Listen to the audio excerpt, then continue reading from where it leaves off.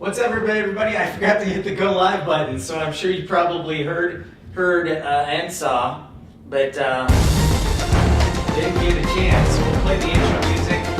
Let me know that you're hearing and seeing everything okay.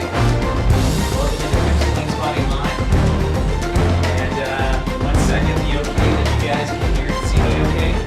We'll go ahead and get started.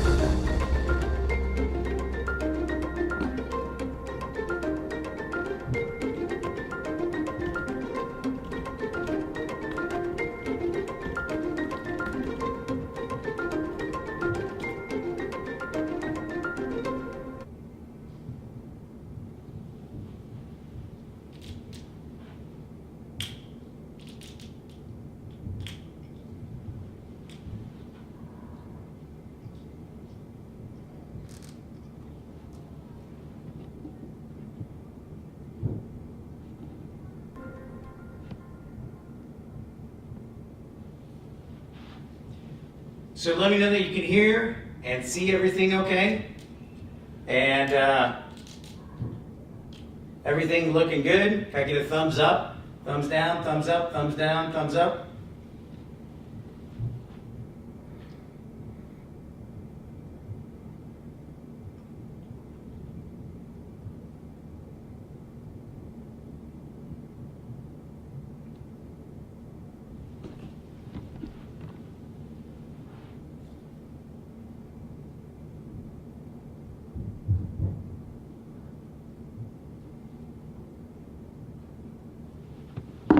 All right, Dogwood gives the thumbs up, thumbs up. All right, awesome.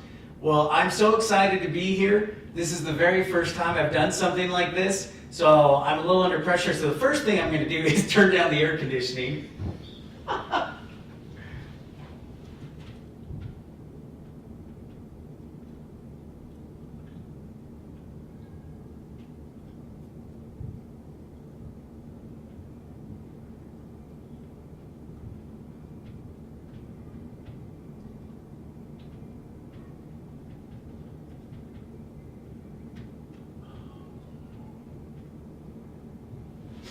All right.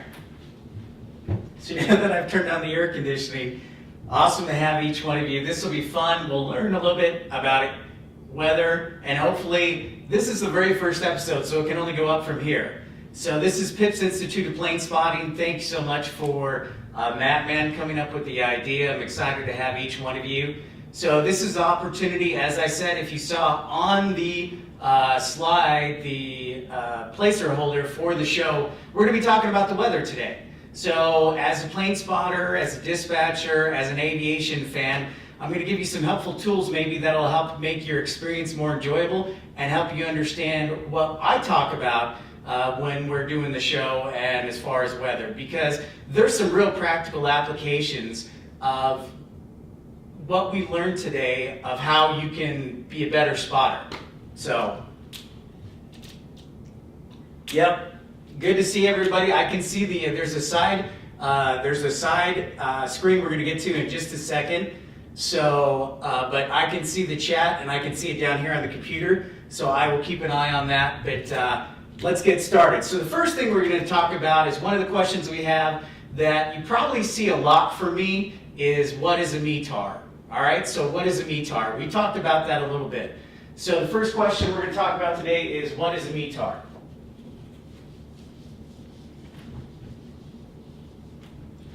So the METAR is basically your current conditions at the airport, or a meteorological observation, right? But that's just what we call it in the aviation world. It's a device for pilots, for dispatchers, for ATC to see what the current conditions is, or the automated, another term that you could use is automated surface weather observations, AWOS or ASOS. So what is a METAR? And I'm going to teach you a little bit about how to read a METAR. But the first thing we need to do is show you what a METAR looks like. So without further ado, we're going to go over here to the screen, all right? So stick with me here as we kind of transition. So we're going to look up this, all right? So I'm going to adjust the camera as needed, so stick with me here. All right, so here we have basically a website, all right? And I want you guys to write this all down if you have a second. So this website is called aviationweathercenter.gov, all right? And right now I won't be able to see the chat going back and forth, but I'm going to focus on this for a second. So what we have here is a website called aviationweathercenter.gov. And what we want to do is pull up the website right here, right? aviationweathercenter.gov. And pull up the METAR. So let's pull up DFWs, right? So that's the most recent. Okay, can everybody see that? Give me a second here. All right, so I'm going to adjust it a little bit.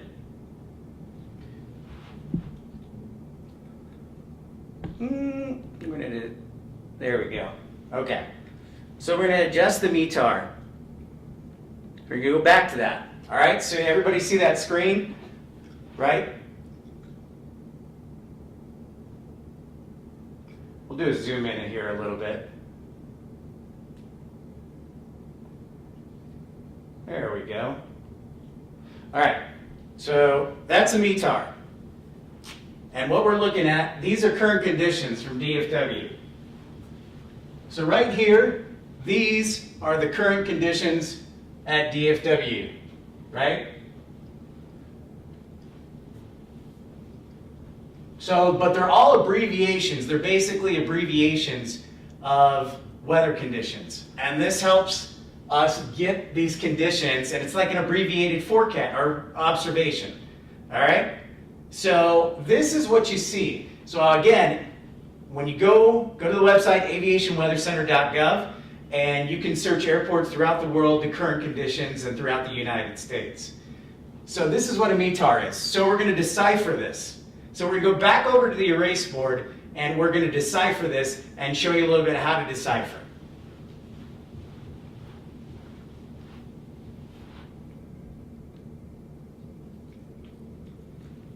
Colin, thanks for your support.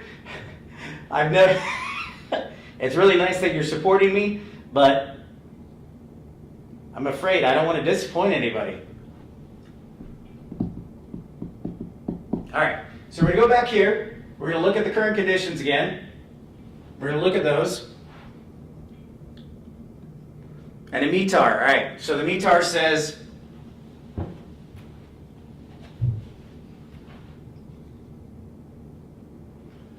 METAR says KDFW, all right?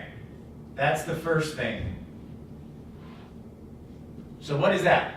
KDFW, what's that? That is simply our airport identifier. So this is the airport, right?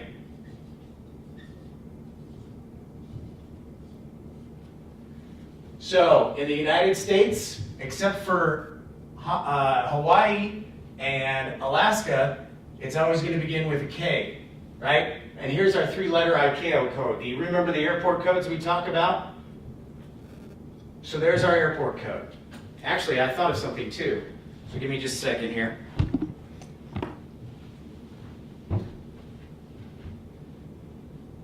Except for Hawaii and Alaska, it's always going to begin with a K, right?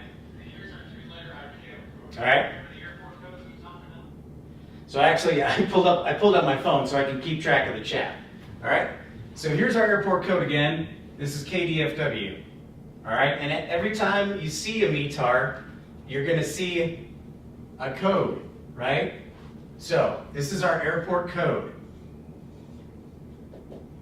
I'm going to get better at this. All right, our next thing we're going to look at, should have used my phone earlier, is what comes up after.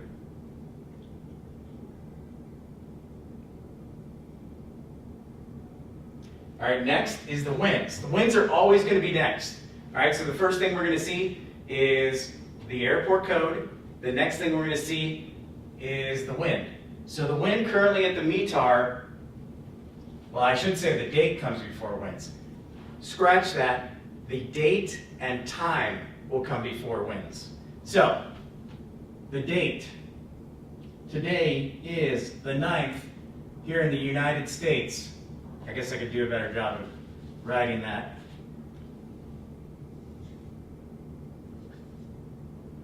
So it's the 9th. Yes?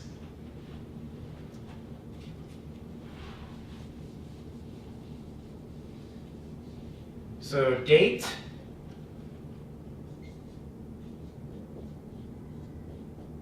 And then next will be the time. All right?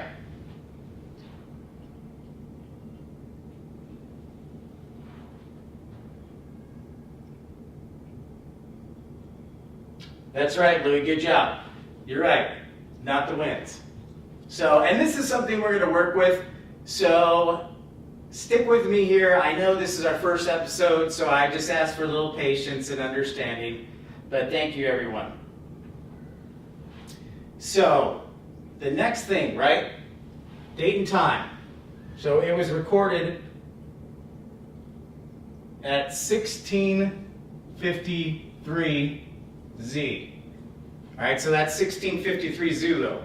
In aviation world, we talk about time in UTC time, Universal Time Code, or Greenwich Mean Time, right? So when a pilot or a dispatcher or ATC, they always code thing, and even on the ATC strip, they code it in Zulu time. So there's a little tip for you. So for inside the aviation industry, they use, for pilots, dispatchers, ATC, we use UTC time. All right? So right now it's, the last recording was 1653 Zulu.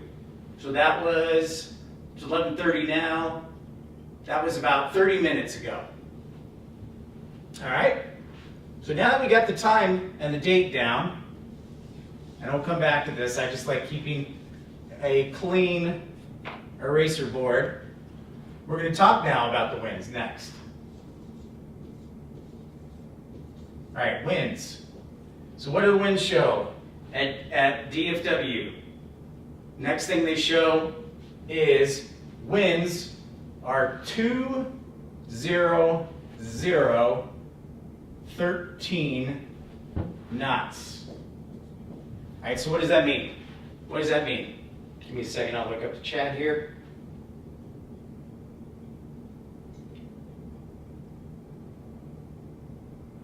That's a great idea, Anya, that's a great idea.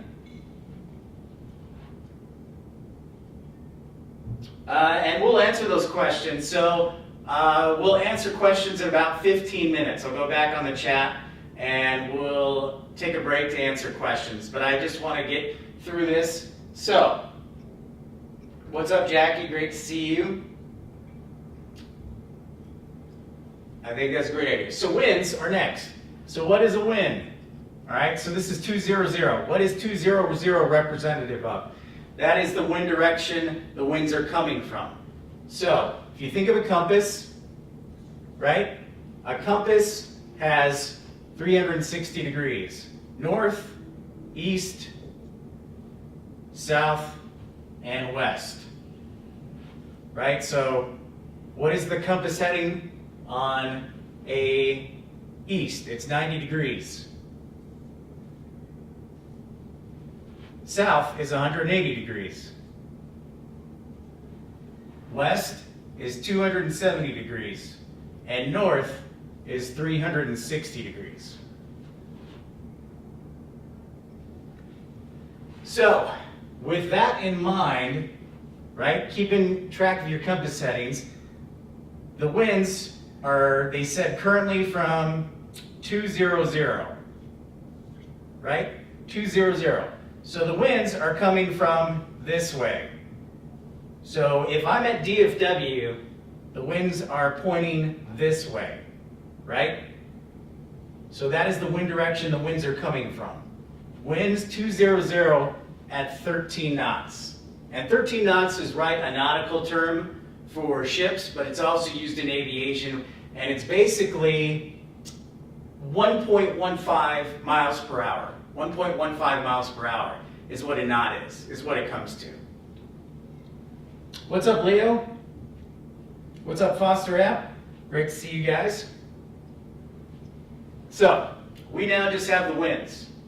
So we've broken down, so we've got the date, the time, the winds. Next up, visibility. Okay, what's my visibility? What can I see? If I'm a pilot, what can I see with winds? Or not winds, what can I see out the flight deck window? What's my visibility? Right?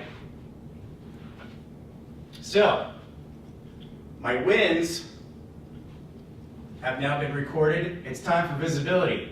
And visibility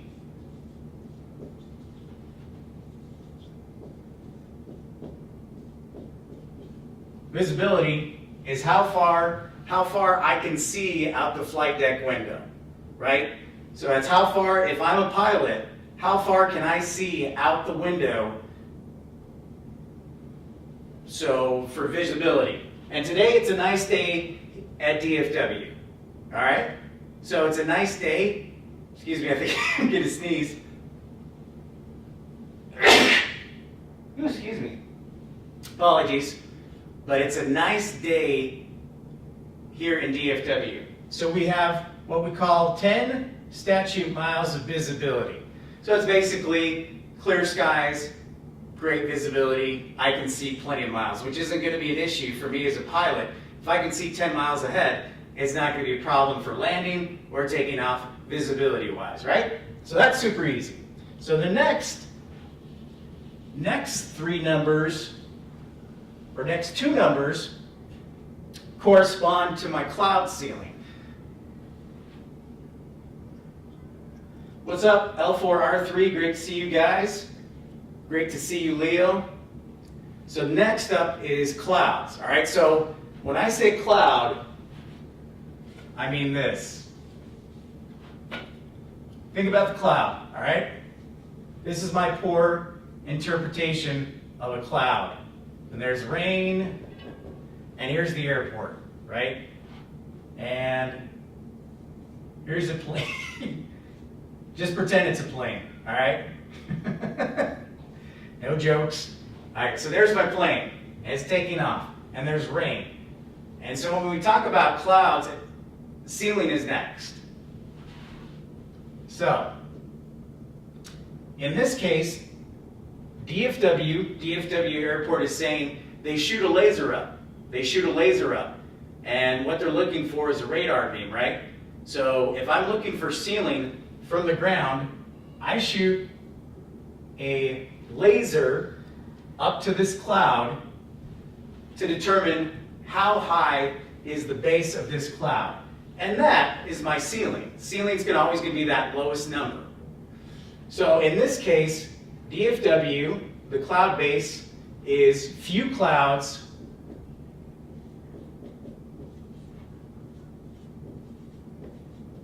so few clouds at 2200. Okay? Now, I'm going to take a moment, stop here, explain something, and also say hi to everybody.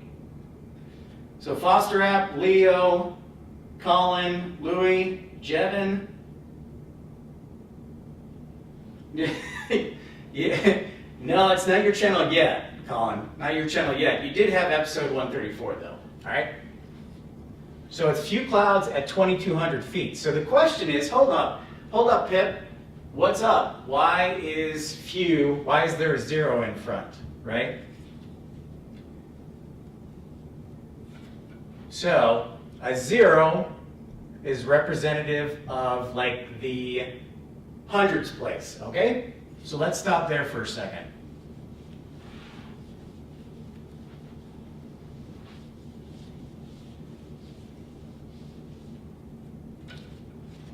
I guess I can erase this too. So in a cloud recording on a METAR in a ceiling, it can be like 200 feet, it can be 2,000 feet, or it can be 20,000 feet, or 30,000 feet. So we're going to break that down so you're not confused. So we're going to take a moment, We've talked about the winds being recorded, the time being recorded, the date being recorded, visibility now being recorded. We're moving on to the ceiling, all right? So we're going to break down how to read those numbers. So, for example, if I had a number like this, all right, 0, 0, 2, and that's my ceiling.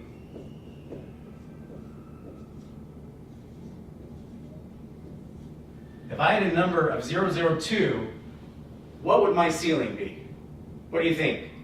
I'll give you a minute. Think about it. I'm going to write something else on the board.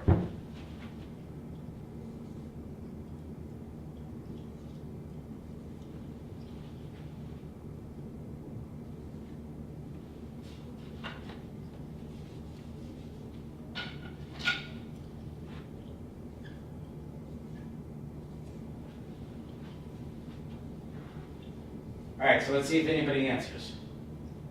Yeah, that's exactly right, Foster. Great job. So, 200 feet. This is 200 feet, right? So we have, this spot. So the 0, 0, 200. So we have 200 feet. So my ceiling is very low, right? It is just 200 feet. So that might be an issue. The clouds are saying, if I have the airport, right? Remember the airport?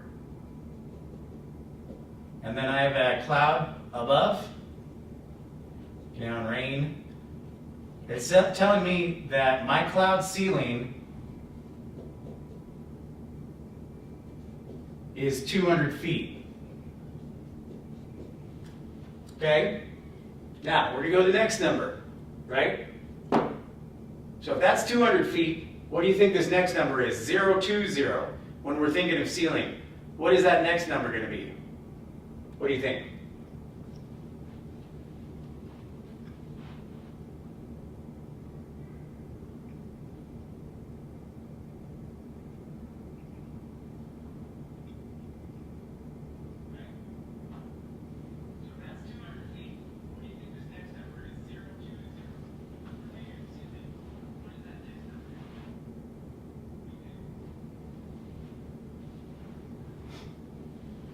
So that next number is going to be 2,000.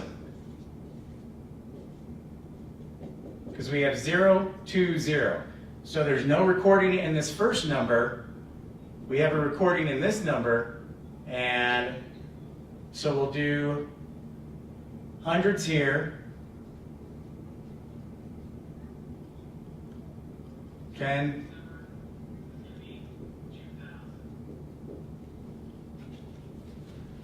That makes sense? So that makes sense so far. So we had 200, we had 2,000 is next. Correct. Yeah, Louis, exactly. That's exactly right. And for some of you, this isn't, I see Andrew, something in there and some of the dispatchers, and that's going to be, obviously you're going to know that stuff. And for some of you, this is totally new. So just stick with me. First episode. So I'm going to take feedback, good things, bad things, and we're going to, deal with it. So then that last number, as we move along, it's going to be 20,000. So thank you, Louis. Yeah, absolutely. So the ceiling today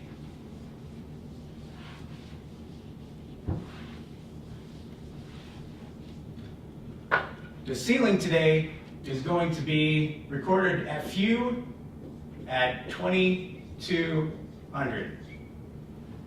Okay? Few at 2,200, right? So, well, actually, I should put a 0. 0, 2, 2. Few at 2,200. So, a nice day at DFW. Then we have one more number. So, that's going to be the, remember, lowest number.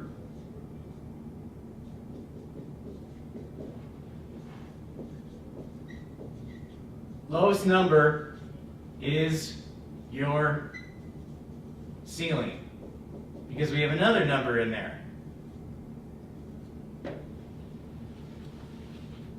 So remember, the lowest number you see in the METAR is the ceiling.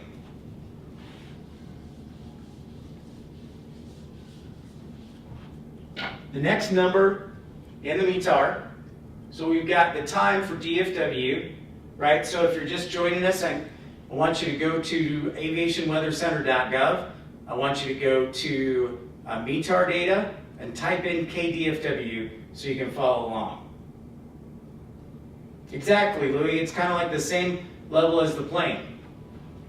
So the next number is overcast, OVC, at 25,250. So overcast, 25,000 feet.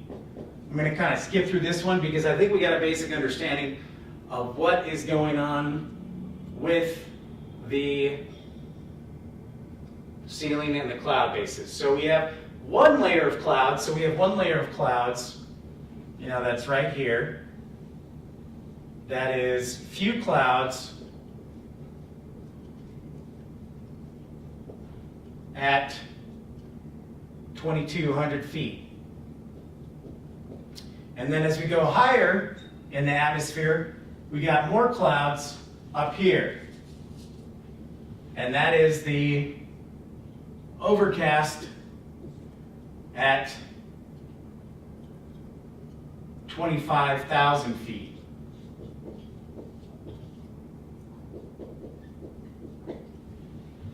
So cool.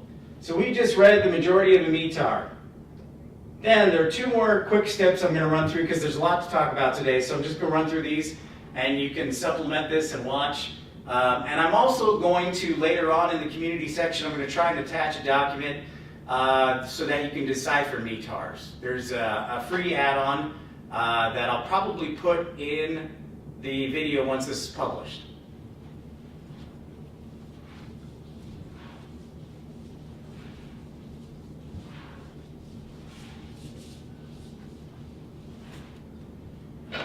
All right, so we've talked about the time, the date, the winds, the cloud bases, the ceiling, the visibility. Temperature, 19 degrees Celsius.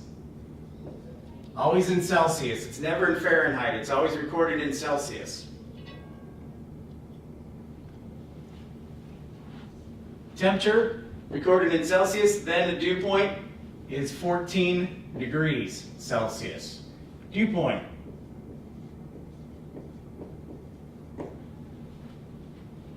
So, temperature, dew point, temperature, dew point. So we've read a METAR, basically.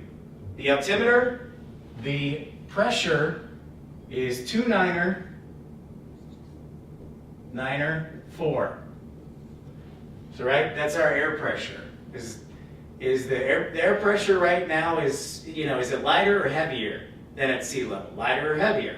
It's about the standard air pressure at sea level. So that's good. So we got a nice day here in DFW. So congratulations.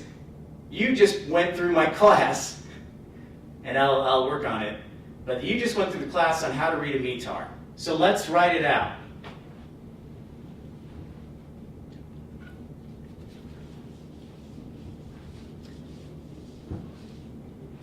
So just to read, airport, then it's the day,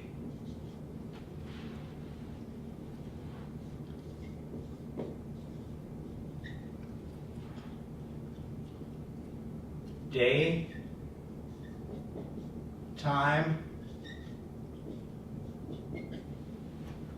moving along. I'll break it down here too so I can keep it on screen. Winds, 200, 13. Winds are 200 at 13. Temperature, or not temperature, visibility.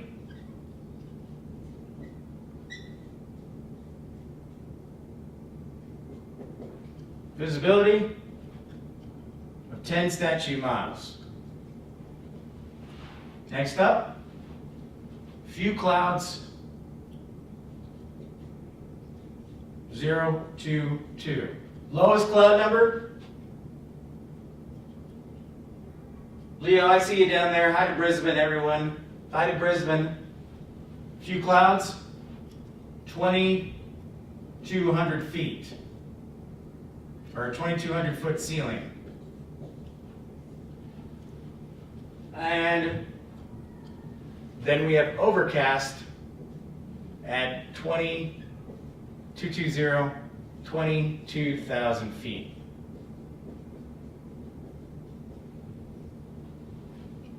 Right? I guess I could move a little bit over here. Temperature 19.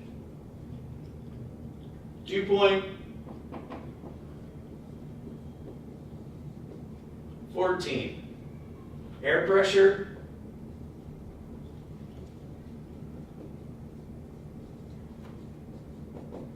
2,994. And congratulations, we just did a METAR. Nice work. So let's go back to the screen here. And then, yeah. So, so let's zoom in here.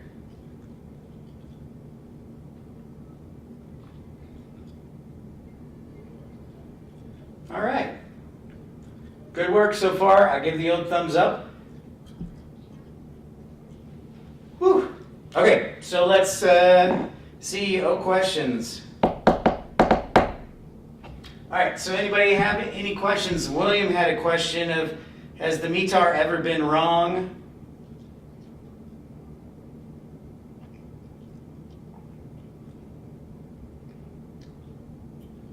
Where is it?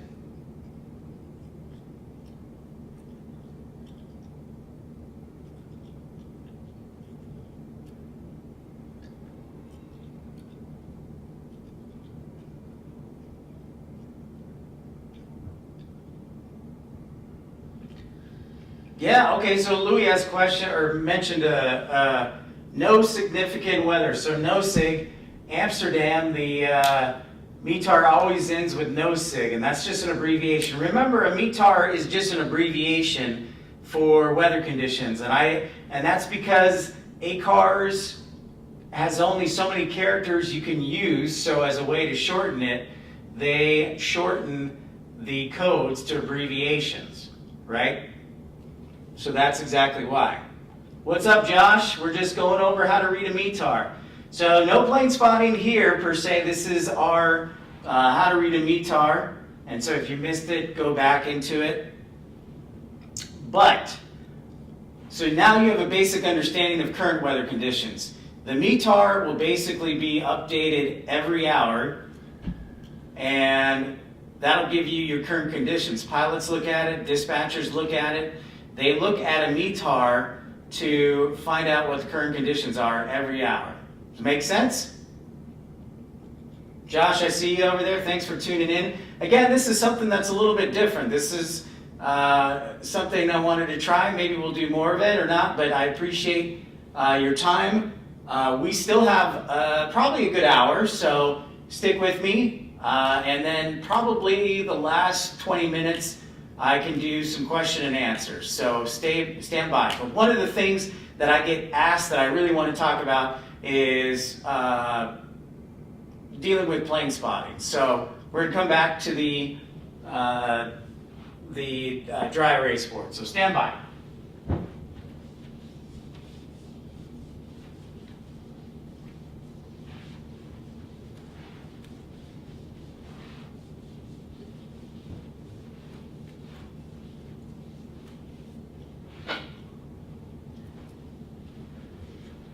Whew, sweating a storm here.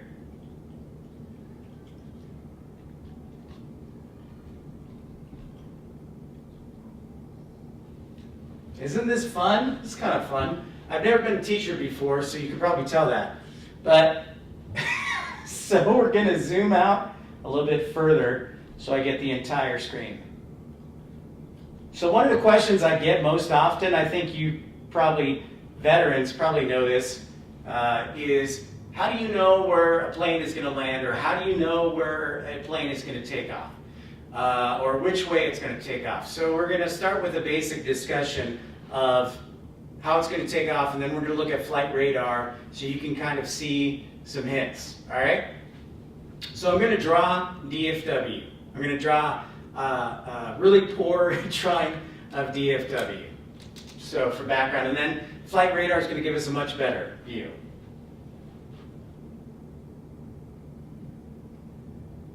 Oh, William asked, has the METAR wrong or ever been errors? Yes, the METAR.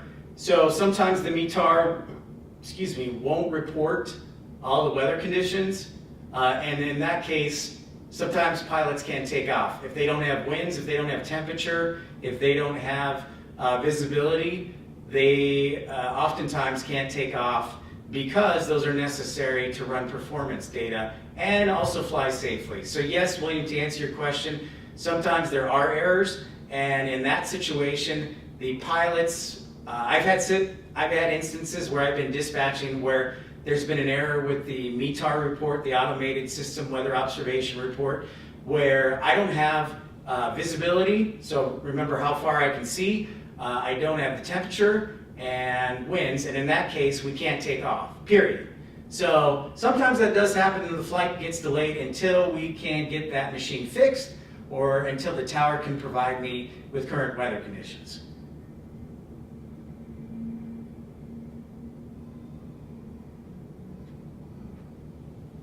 So I hope that helps. Josh, I used to be on radio and I can go into that more.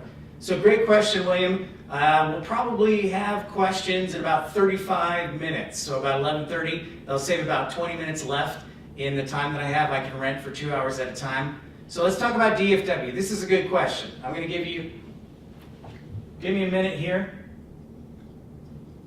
I'm going to do my best drawing of DFW and its runways. Okay? All right, so this is 31 right. This is 13 left. All right, so I'm going to come down here. This is just an outline for me for DFW.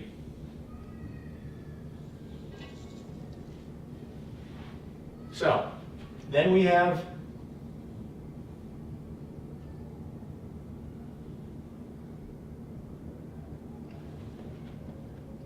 $18 right and 36 left.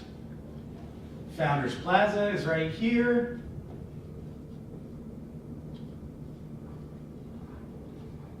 Oops, Plaza, 8.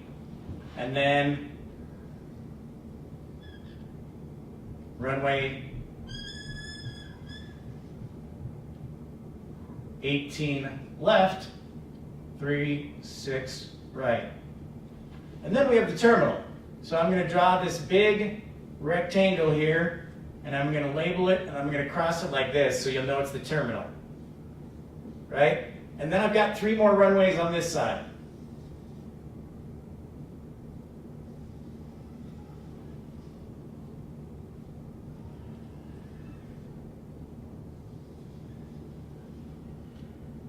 There's one over here. It's not as long. And then I have another runway like this. No, it's this, sorry. It goes this way. Come on, Pip. You got it. Run around. So stick with me here. I'm just drawing it right now. So this is 31 right, 13 left. This is 17 left, 35 right.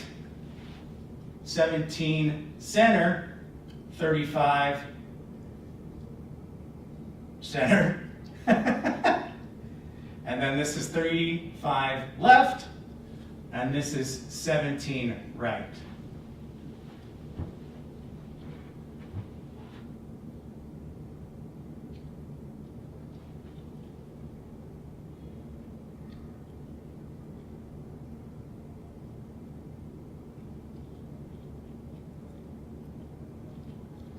Listen to you guys. All right. Thank you, Louis. Thank you, William. All right. So this is where, by the way, this is Founders Plaza. So this is where I broadcast from, is right here. All right. So here's the west side. So this is west. This is south down here. This is east. And this is north. So the question I get a lot in dealing with the weather is,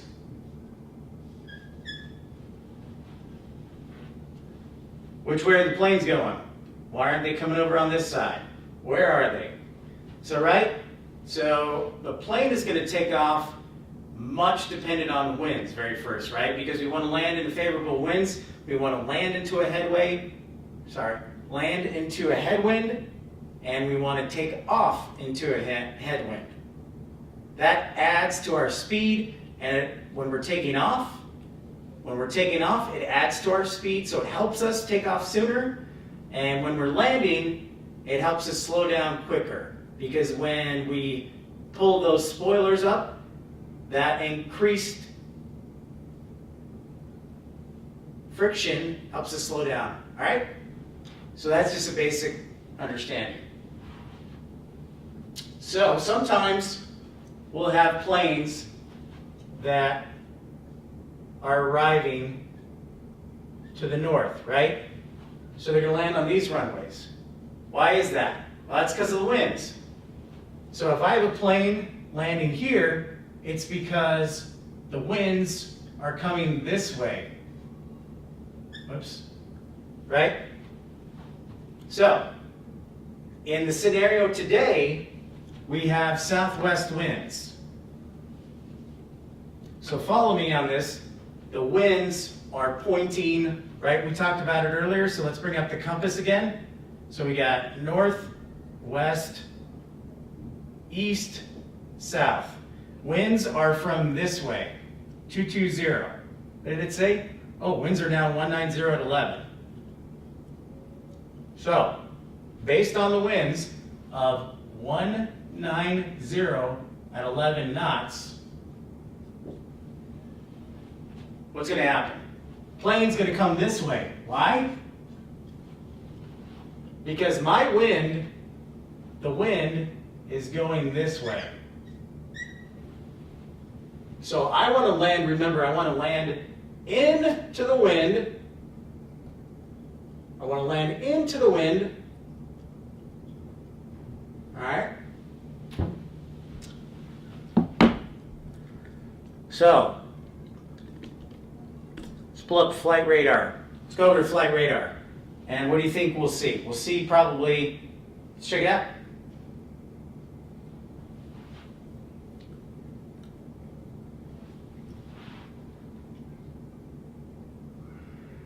Oh, that's not what I want. That's what I want. So the winds, and don't worry, this broadcast will only get better from here, I promise you this. So stick with me. Stick with me here.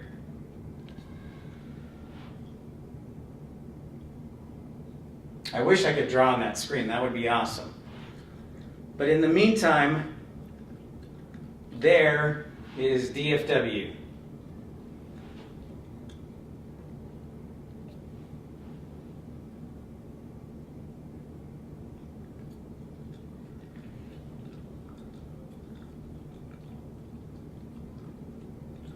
So you can see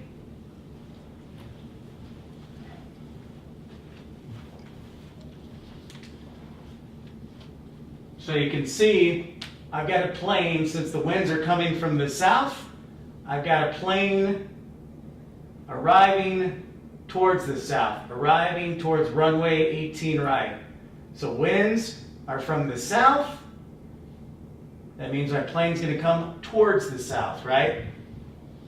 So that's a good way to think of it, is the winds right here, plane is arriving, winds are coming up here, right there, all right?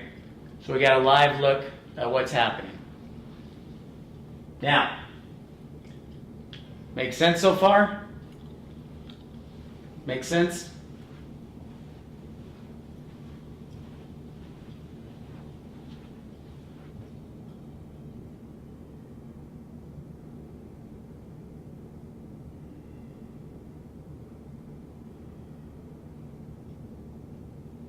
Okay. So now we're going to go back to this map.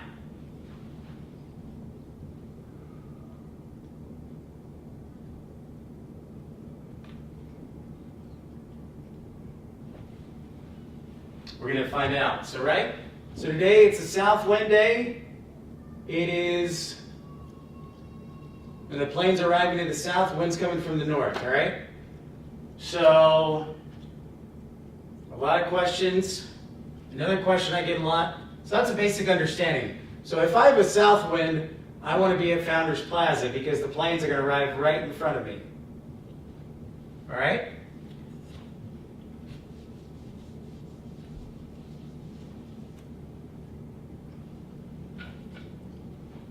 Next up, we're going to talk about where do these planes go? So, I mentioned it a little bit before, but the planes are going to typically take off. They're typically going to take off where they're going. So if I have a plane that's going out here to Tokyo, where's Tokyo in comparison to DFW? Where's Tokyo in comparison to DFW? It's out to the west. So 9 times out of 10, they're going to take off and they're going to come around that way. Or they're going to come around that way. So, I'm a little, after talking for like 50 minutes, 45, 50 minutes, I realized that I'm exhausted. I am exhausted. And that's okay, and I apologize, but this is a good opportunity. This is the first thing we've done. So we've taught you how to read a METAR today, which is awesome. So that's a good start. So with that in mind, let's go back to the questions and see if there's anybody still here. I mean, this may be the most boring thing in the world. Thanks for your compliment, Louie. And thank you, William, and thank you, Colin, for your support. I even know you want it to be your channel. And thank you, everybody, for tuning in. So, what are some questions, other questions you have that about METAR or about wind direction? Because we want to remember, as a plane, we want to land into the wind, and as a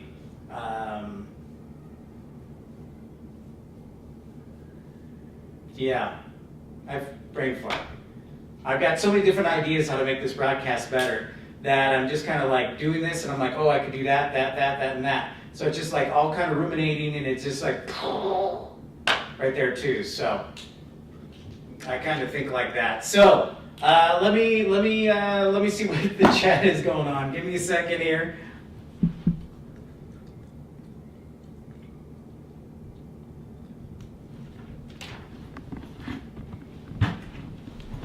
Okay.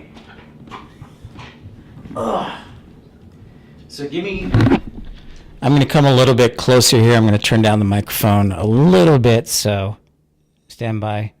There we go. All right, so let's get to some questions. Thank you very much, Dogwood.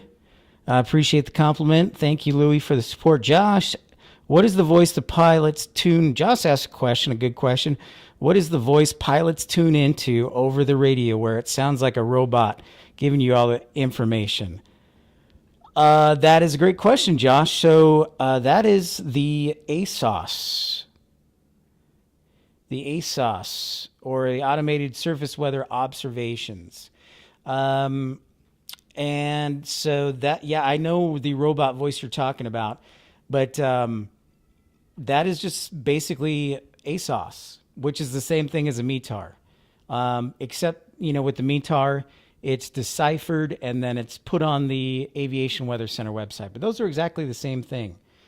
And Matt Man asked another good question. What's the difference between what's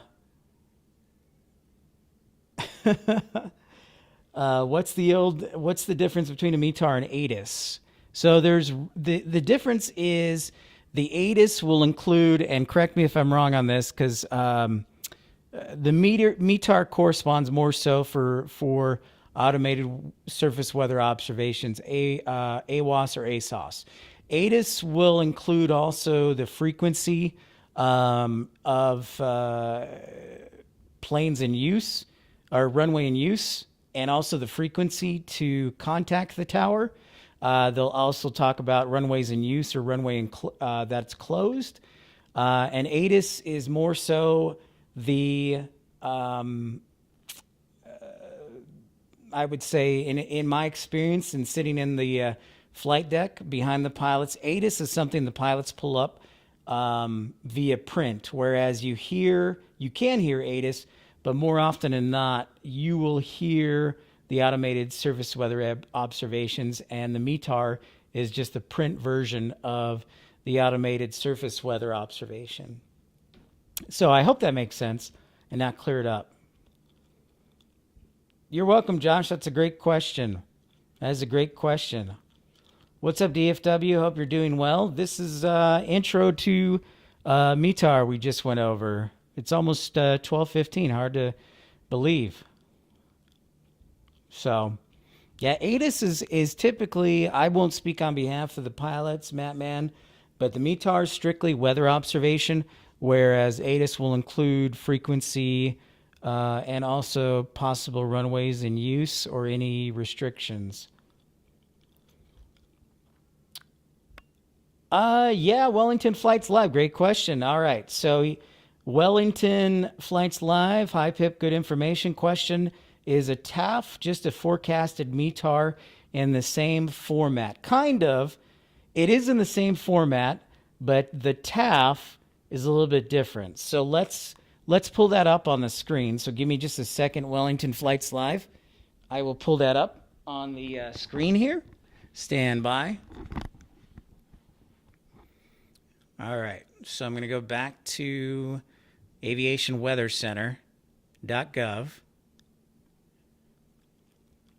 So I'm going to switch the flight radar to Aviation Weather Center, and we're going to go to TAF.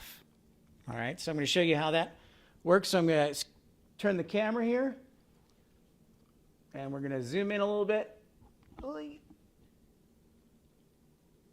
So excuse me on that. I'm going to type in the TAF, and we'll zoom in a little bit further. So thank you very much. So this is the first episode, by the way. So if you're wondering, like, wait, what is this?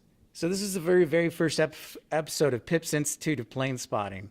And for some of you, this will be information you know well. And for others, this will be new information. So eventually, I'll pass along stuff that might benefit everybody. So we're going to zoom in a little bit further.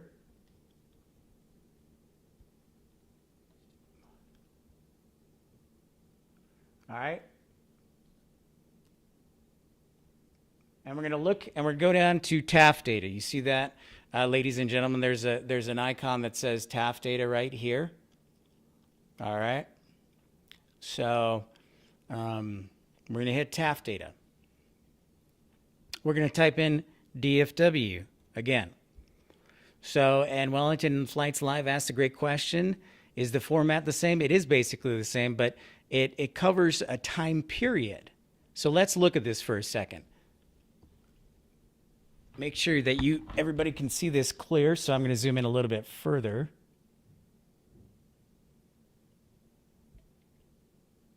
Sorry, the camera's a little crooked here. Whoops. All right, so this is our TAF for DFW. So, yeah, you see a lot of similarities. First off, if you look at this first line here, you'll see winds and speed. You'll see visibility, and you'll see ceiling. What you will not see in a TAF is a temperature and dew point forecast. You'll see the necessary conditions for winds, temperature, or excuse me, not temperature, winds, visibility, ceiling, and any precipitation. And that's what you're going to see. You're not going to see in a TAF, you're not going to see temperature, you're not going to see dew point, and you're not going to see a forecasted pressure, right? But the format, as you can see, is the same. It's forecasting winds right here. It's forecasting visibility, and it's forecasting your ceiling. And then down here at the very bottom, if we go to the line, it's forecast any precipitation. So VCSH, what does that stand for right here? I'll highlight it. It's showers in the vicinity. And then we'll have light rain. Okay? So those are some basics about what a TAF will include and what it will not include. But the TAF covers a time period. And I'm not going to go too into detail on this for now, just because it can get a little bit confusing. I remember when I was first trying to understand TAFs, it was a little bit confusing. And so I don't want to go too deeply today on the TAF, but just let's start out with the basics to let you know what a TAF will include and what it won't. And also, remember, a TAF is for a defined time period. So we're just going to start here. The TAF is valid and was issued at the 9th of February at 1720 Zulu. So actually pretty recently. And it is good from the 9th at 1800 Zulu to the 10th at 24 Zulu. I like to call it 00 Zulu. And then underneath, you have the TAF, which is valid from certain time periods. Like, for example, on here, you have the 9th at 20 Zulu. So the forecast is saying at this time, so at the 9th at 20 Zulu, we're expecting these conditions, right? We're expecting winds out of the southwest at 11 knots. We're expecting greater than 6 statute miles of visibility. We're expecting scattered clouds at 15,000 and broken clouds at 25,000. And that will be valid until the 10th at 10 Zulu, when we're going to see, look at this, the winds were southwest here, but hold on, tomorrow we're going to have north winds. So that's going to be a little bit different. So instead of the planes probably landing to the south all of today, tomorrow the winds are going to be out of the north. And so there's a good chance that instead of being at Founders Plaza and seeing those planes fly right by me, I'm going to see them take off because they're going to take off to the north at the other end of the runway, right? So I hope that's not too complicated, Wellington Flights Live. It's a great question. And this is one of the things that's important if you want to be a good plane spotter. Not that there's a, it's for everybody. Let me put it that way. It's for everybody. But these are just little tips that help make the experience a little more enjoyable. Because I used to remember I could never figure out where the planes were going and where they were taking off until a friend told me about the winds here. Like if a wind is pointing to the south, they're going to take off and arrive on the south run, and on the runway to the south, and vice versa. Yeah, absolutely.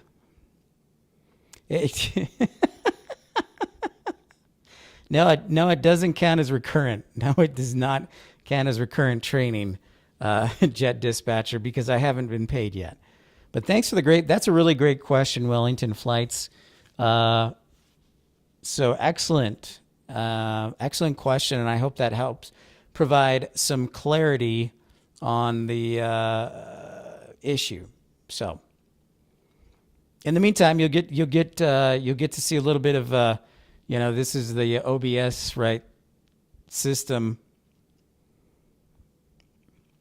So, great question. What other questions might there be? I know, I'm sorry, Jet Dispatcher.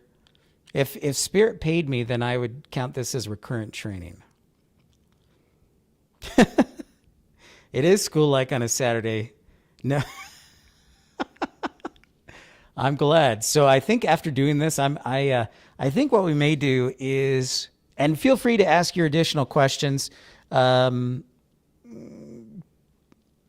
Additionally, and I think what we're going to do maybe is maybe do an hour-long class and then like save the last few minutes for class, because shoot, I went through that METAR and that was almost an hour discussion. So apologize if it was a little wordy, but I'll plan for like an hour session, and which is actually normal, like for most classes in college, is like about an hour, and go from there. So yeah, what other questions do you have? And in the meantime, if you don't, I'll walk you further through this website, because this is actually extremely helpful website. All right, so Mattman asks, how is the TAF and METAR measured and reported at uncontrolled Unicom airports? So that's a really good question. I don't know, honestly, Mattman. So at uncontrolled airports, you will have ASOS. I think it's a requirement you have ASOS, but I don't know that for sure. So before I dig too deeply and give you the wrong answer, one, if somebody's listening or watching and can answer that question, that's a private pilot or a sport pilot. Number two, I'll do a little research on that. But I do not know the answer to that offhand, Matt. That's a really good question. Crow is asking a question, when am I going to be back out spotting? It might be tomorrow, but I'm going to most likely... let's see. Oh, speaking of that, I do have some exciting news. My sister and their family are going to be out of town, but they're going to be flying. So I have access to a car. So if everything works out okay, I'm going to start spotting early next week in DFW, but then I think I'm going to go on the road. So I think Austin's in play. I think Houston is in play. It's just a matter of which days and if the technology works. But I'm going to start out. It's going to rain Sunday, Crow, so it probably won't be Sunday. And tomorrow, if I do a show tomorrow, it would probably be a morning show.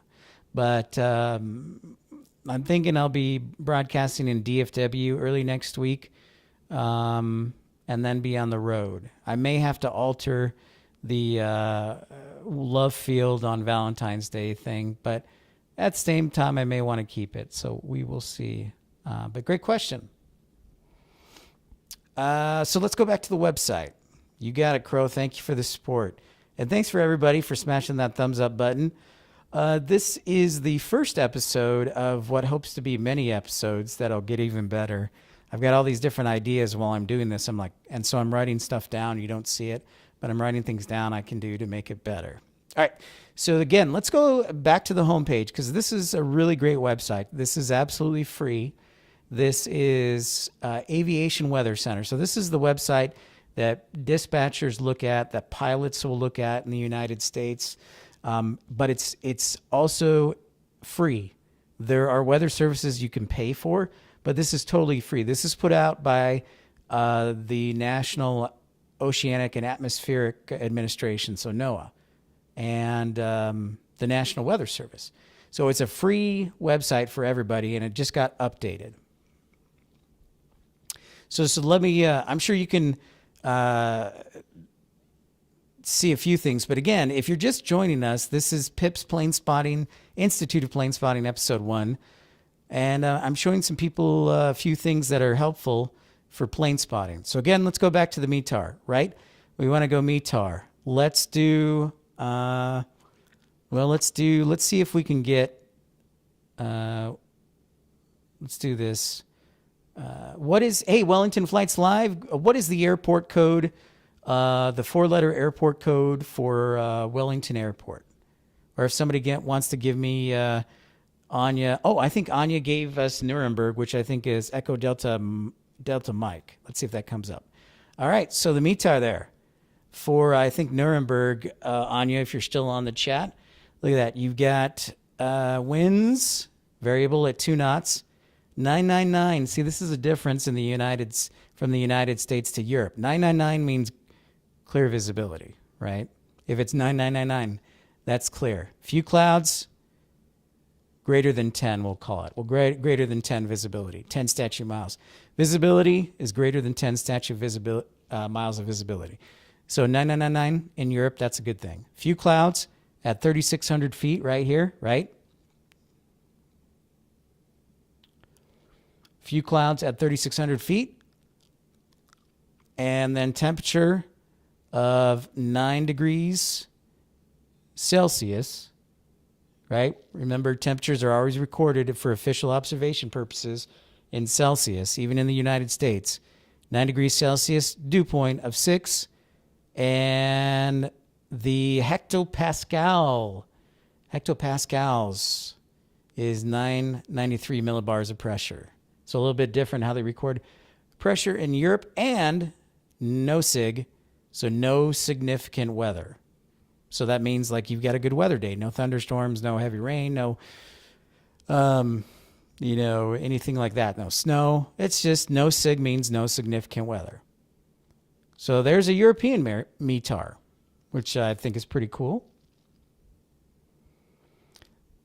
All right, Wellington. Let's do NZWN, and then Crow will do Honolulu. All right, so let's go back there, and we're going to go to Wellington. Wellington Flights Live says, let's see. There you go. Whoa, look at that, Louis. Are you doing winds aloft there, trying to stump me? NZWN. All right, sorry about that, Wellington Flights. NCWN. Let's look at the METAR for that. All right, so there in beautiful Wellington, you've got an observation recorded by an automated station, weather observation, so like a computer. So you've got recorded on the 9th, Zulu. Remember, the cool thing about Zulu time is no matter where you are in the world, it's always the same weather observation time, right? So even in Wellington, which I know is way ahead of us here in Dallas, Texas, it's still the 9th at 1800, which is about 25 minutes ago. So it's 1800 Zulu. So it was recorded by an automated station, not by a person, but like technology. So winds, fairly brisk day, winds out of the north, 360 at 20 knots.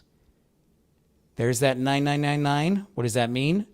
Means great visibility. So I can see for greater than 10 statute miles.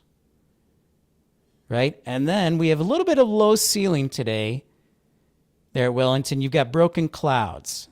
So at 2,700 feet. So that ceiling is 2,700 feet, which I think this is like the exception to the rule for the rest of the world, right? Normally you would measure that in meters, but that's in feet, I believe. So 2,700 feet.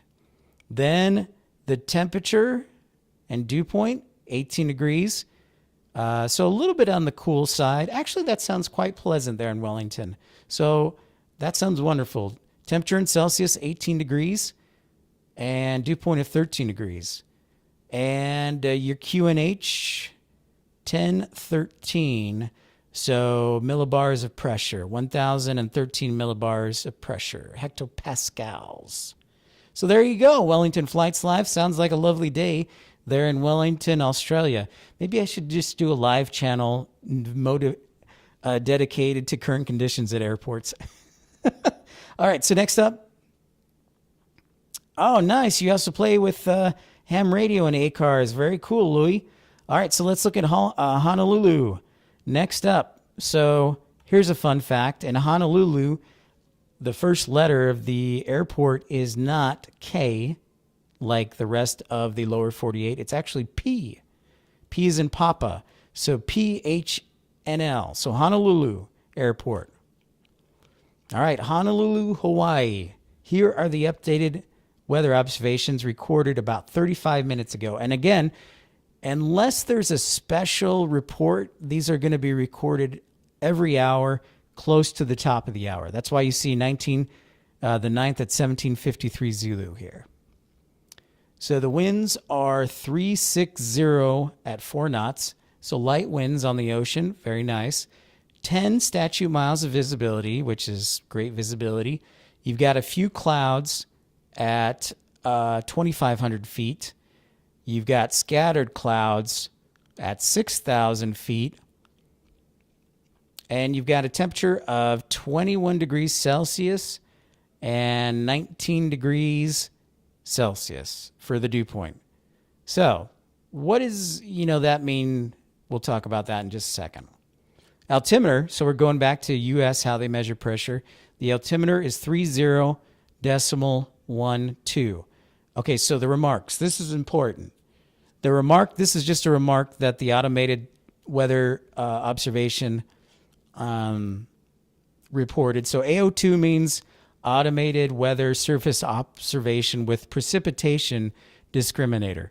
What does that mean? So if you see this in a US METAR, this AO2, that means that the computer or whatever is recording the METAR has the ability to determine what type of precipitation you have, whether it's snow, whether it's ice, whether it's rain, whether it's sleet. It will determine, it has the capability to determine how what precipitation you do have, all right? And then there's just some additional remarks as far as the sea level pressure, right? It's still the same, 19.8 over here. And true temperature is 20.6, and 18.9 for the dew point. So, yeah. Good questions. Love it. Keep them coming.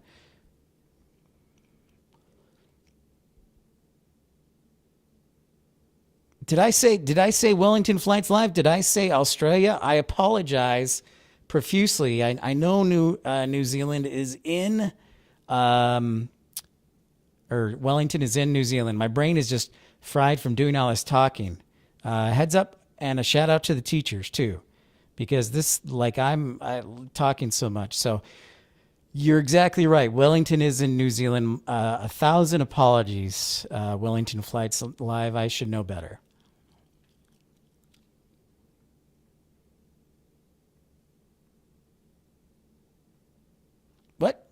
What'd you say, Joe? Let me see here. Whoa. Oops.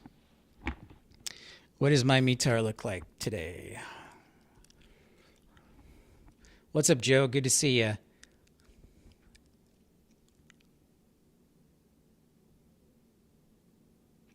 Oh, the right side of the METAR. Okay. I'll zoom out a little bit. Thank you, Joe. Just a little bit.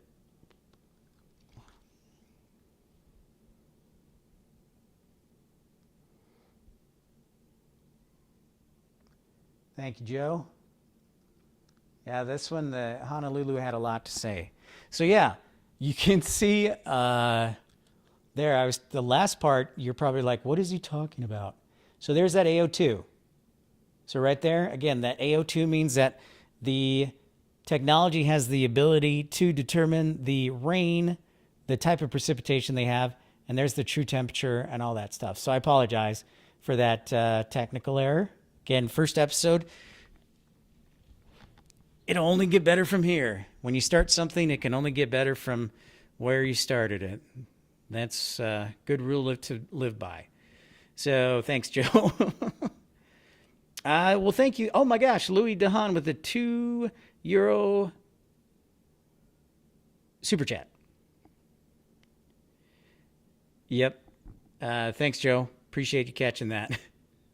Thank you very much, Louis. Appreciate that and the contribution. Yeah, I will fine tune it. I think I've got a few ideas to make it better, and we'll probably do it every couple of weeks to make it a little bit better.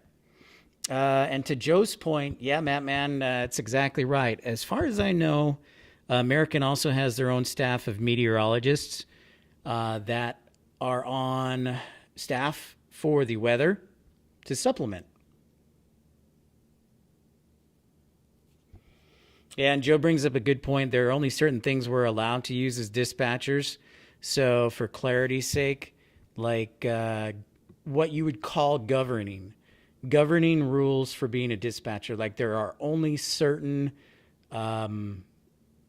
weather reports and forecasts that the FAA allows you to use. So for example, if Joe, let's say Joe's weather service, Southwest hires Joe's weather service, and the FAA approves Joe's weather service for official conditions.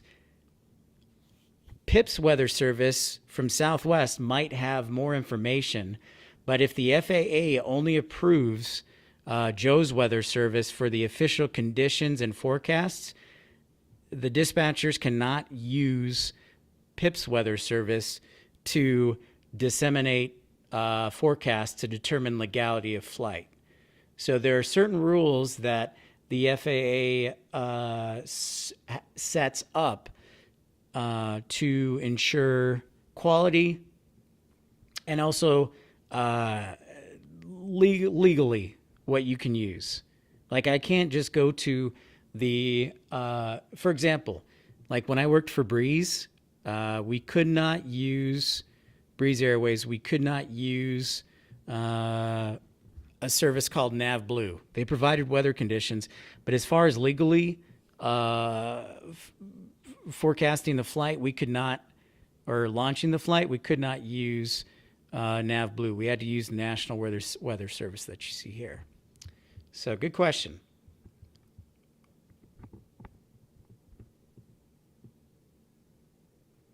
All right, Crow, thanks for stopping by. Appreciate the support. Thank you so much. Great question, Matt, man. Thank you, Joe. Joe's one smart guy. Joe's probably going to steal my idea and make it better, but that's okay. I can be the founder. Joe's going to get Dispatcher Morgan too, and they're going to tag team it, even though I've asked Morgan for like 3 years. All right. So while we have a minute here and we're zoomed out, let's look at a couple other things. So if you go to products at aviationweathercenter.gov, they will give you METAR data, TAF data, PIREP, which is current weather conditions in the air, what the pilots are reporting. So let's do that for a second. Let's go to DFW Center within 200 miles. What are all the PIREPs that have been reported? Holy moly. Whew, man. This is a little more intense. So I'm going to save this for another day. I don't think I'm going to go too into PIREPs. But they're basically, PIREPs are basically weather observations when a pilot is flying. So for example, if they get lightning or they get, not lightning, that's a bad example. If they get, for example, turbulence, like moderate turbulence, they will report that. For example, all right, let's look at this top line here. I'll zoom in on it a little bit. So over Fort Smith, Arkansas, you had a report. If you look, flight level 410, type of aircraft 135, and to the right you'll see TB SEV, turbulence severe, right there. So that's an interesting one. But I won't go too much into detail on that because that's a whole nother deal. That is a whole nother deal.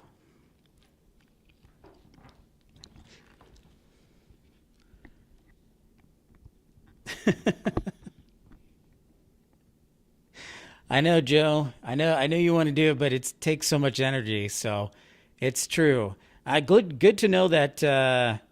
Good to know that Morgan's trying to steal my idea, but every time I invite him, he won't do it. So good to know he's sneaking around my back.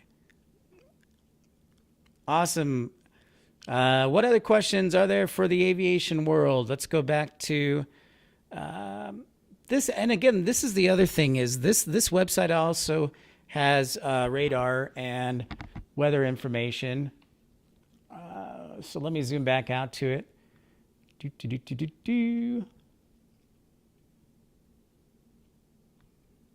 little bit further there. Okay. So it has radars. It has, let's go to weather. So you can do precipitation. So it'll show you where weather is, right? So you got rain here in Texas, eastern Texas, forecast for rain. And then here out west, you've got snow forecasted. And this isn't super precise, but it gives you kind of a gauge of where things are going to be. So watch what happens. I'm going to hit this arrow at the bottom of the screen, and you may not be able to see it. But I'm going to zoom out a little bit further.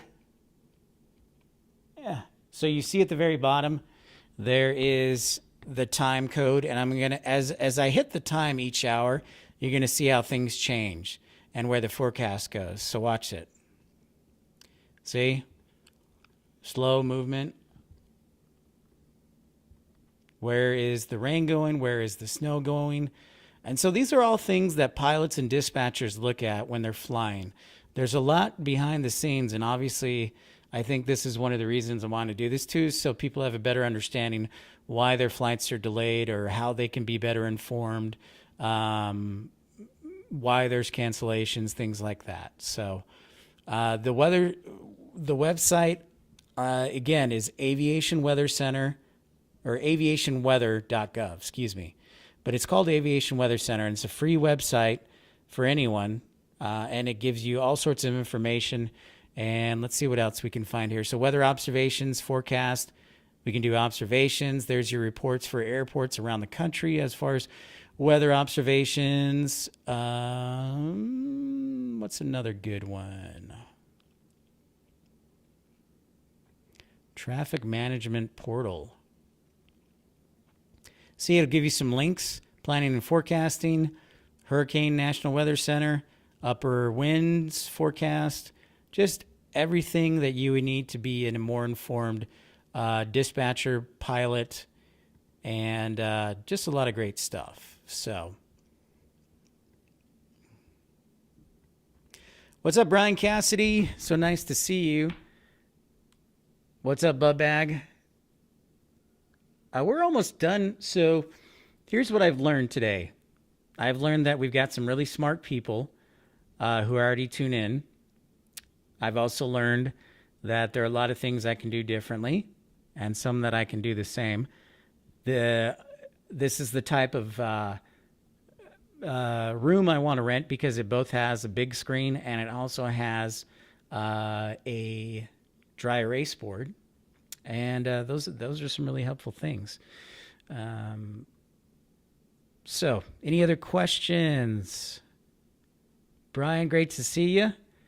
We were just answering some questions, some basic questions about aviation weather. I'll tell you what, I want to go over this website again.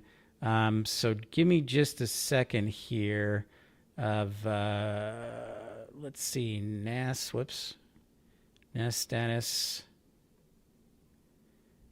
All right. This is like my favorite website ever. And here's why. So in the few minutes that we have left here on the program of PIP's Institute for Planespotting, trademark pending, for, by the way, Joe, couldn't we just team up together? I don't know why you have to think you're better than me, because you're not. And we know Morgan. So anyways, I'm kidding, of course.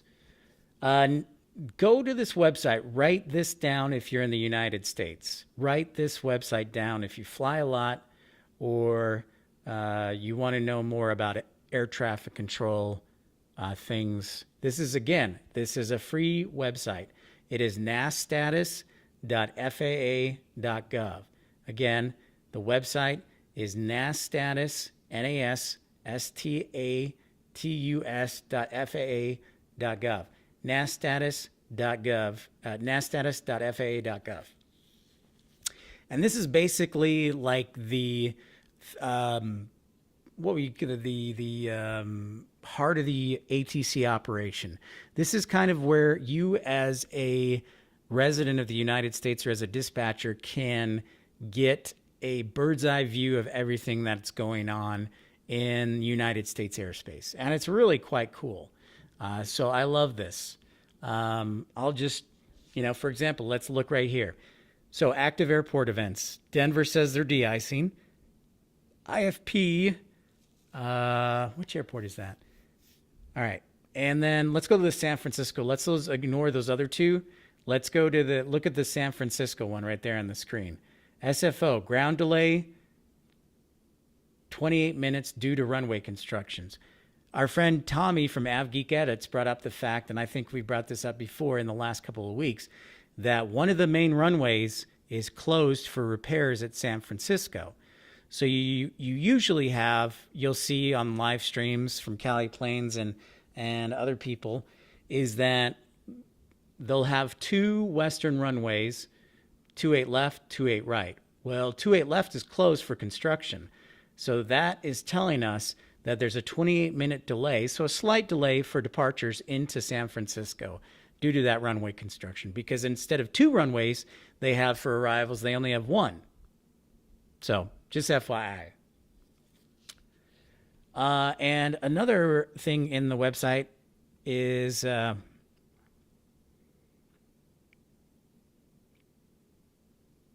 that's understandable, Joe. Yeah, that could be, Brian. There's probably not a UK version. I am at a library bug for sure. So thanks everybody for smashing that thumbs up and tuning in. But one of my favorite other things that I like to look at, this is the airport arrival demand chart. So let's go to DFW. Remember how busy, if you were tuning in to the broadcast yesterday, how busy it was around 10 a.m. yesterday? Well, let's check this out. Let's see why that is. Let's go to DFW. All right. Dang it, I should have done this earlier, because I got to go back. Joe, and I also like the old website too. This one, it seems a little cleaner for me. I don't know. I can see how the old website would be good too. But there you can see the arrival demand chart of planes arriving and departing. So for example, if you look here, look at that.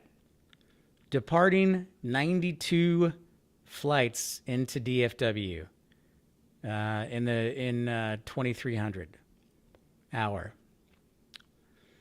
You have an arrival rate of 120. That line, that baseline, I'm not going to speak on it officially, but it's like a baseline that I think if they go over that, that's when they issue a ground delay program. But this demand arrival chart shows all the planes that are scheduled to arrive in the 2300 hour, right? So that is a lot, right? That's quite a bit. So you see here, most have arrived in the 1900 hour because, well, it's almost 1900. And 1800 here. So, well, excuse me, that red is for the flight being active. Red is for the flight being active. So you see a lot of the flights are still in the air, but will arrive shortly. As you can see, if we go to 1700, there were 60 flights scheduled to arrive at 1700 Zulu. Well, the good news is, since it's a good weather day, it looks like all of them have arrived. That makes sense. So we're looking at these bars. The black represents flights that have arrived in the 1700 hour. And they've recorded that all the scheduled flights, 60 of them, arrived in the 1700 hour. Now, in the 1800 hour, we're at 1845 Zulu right now. So we're almost to 1900. A majority have still arrived, but there's some still out there probably on final approach. If we go to the 1900 hour of Zulu, which is in about next hour. So next hour, most of the flights still in the air on their way to DFW. So you can see what banks, what what slots have a lot of arrivals. And it's a nice, cool tool to see, are there going to be a lot of planes this hour? Are there going to be few that are arriving? Again, a nice tool as a flight and aviation enthusiast or flight dispatcher pilot that you can check out. You say, am I going to get a lot of flights this hour? Am I going to get, a few? Like here in 2200, there's only 50 flights arriving. But in the next hour, there's 95. So another cool tool to make your aviation plane spotting experience better.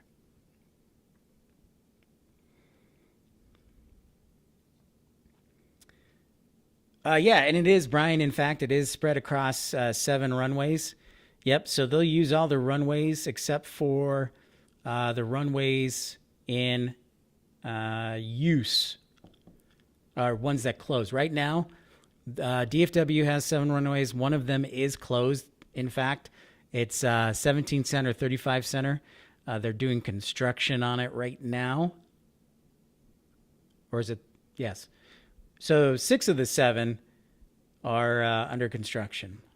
But I probably don't want to go too much into it because I want to talk about ATC in the next episode. So here's what we've learned. The METAR is a great way to figure out what the current weather conditions are, the TAF as well, to see what the forecast is so you can better plan for plane spotting.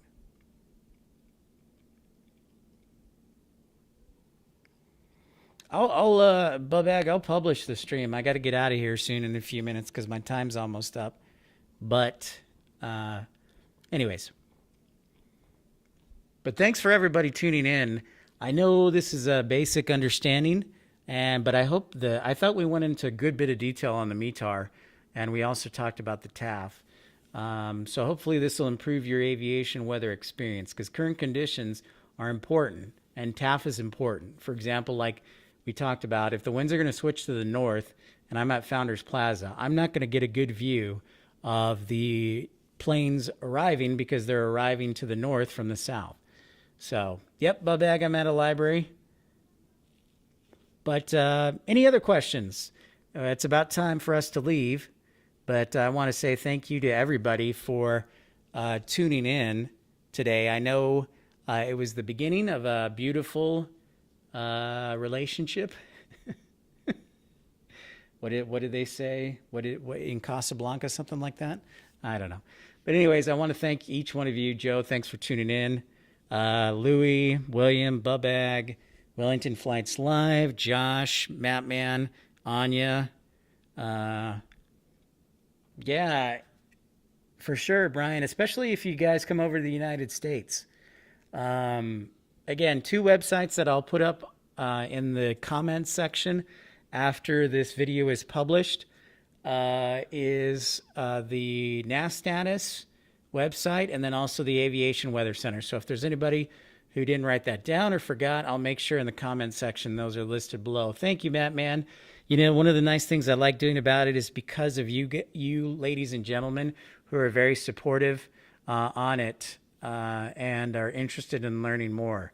Thanks, Dogwood. Yeah, appreciate it.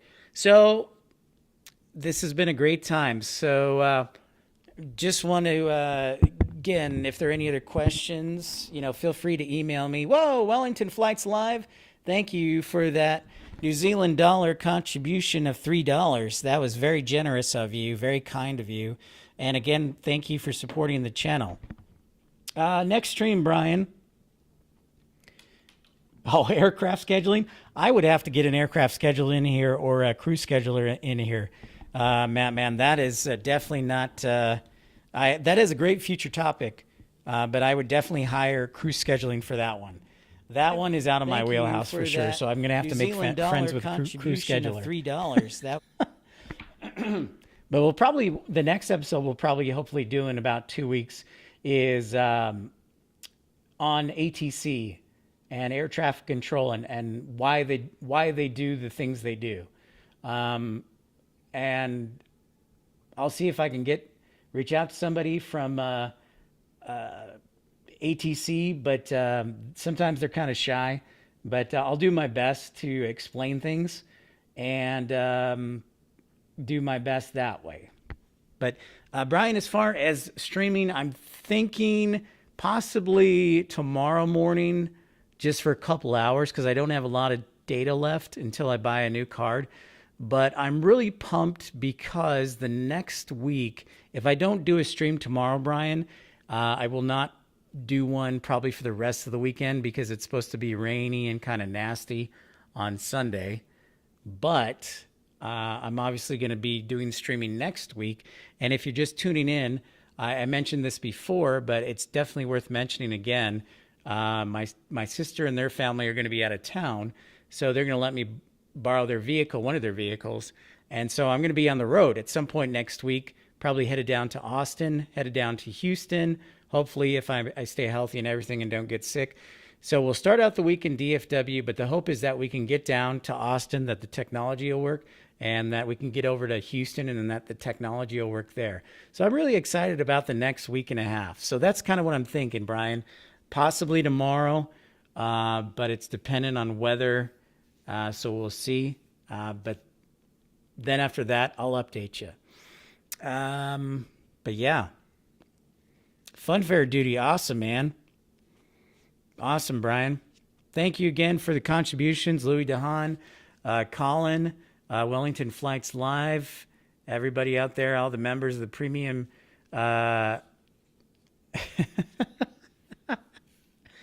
Yeah, I know, Bub Bags. Hang in there, Bub Bags. So, all right.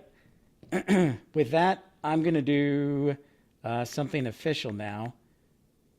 So we're going to play the end of this show with my coveted music, which I love. Thanks again, everybody, for tuning in to PIP's Institute of Planespotting episode 1.